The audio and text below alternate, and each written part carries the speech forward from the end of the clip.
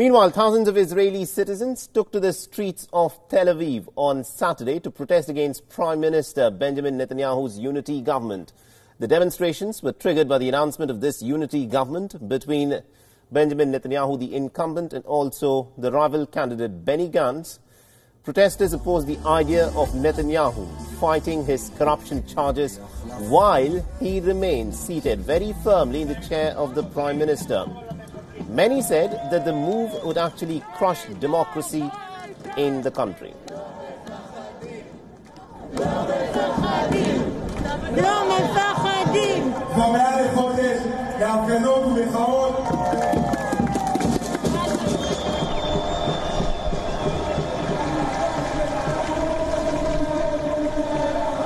Now, the protesters also held up banners that read "Save Democracy" and urged smaller parties to not join Netanyahu's alliance.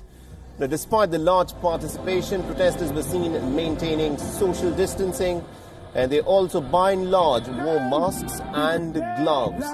The public anger was also directed at Benny Gantz and other centrist parties who ultimately decided to ally themselves with the Prime Minister despite him facing some very grave charges of corruption. I think this government is totally corrupted.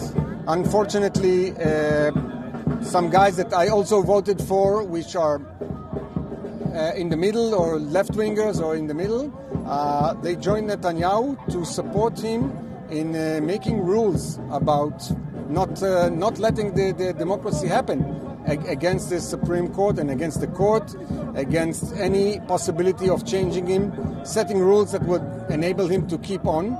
And I'm 100% sure that that's his plan. Now, Benny Gantz also had made a pre-poll promise that he will not align with the gentleman that you're looking at on your screens on the right. But after 3 successive elections that did not break a stalemate, and with the 4th election looking pretty imminent, both sides decided to join hands.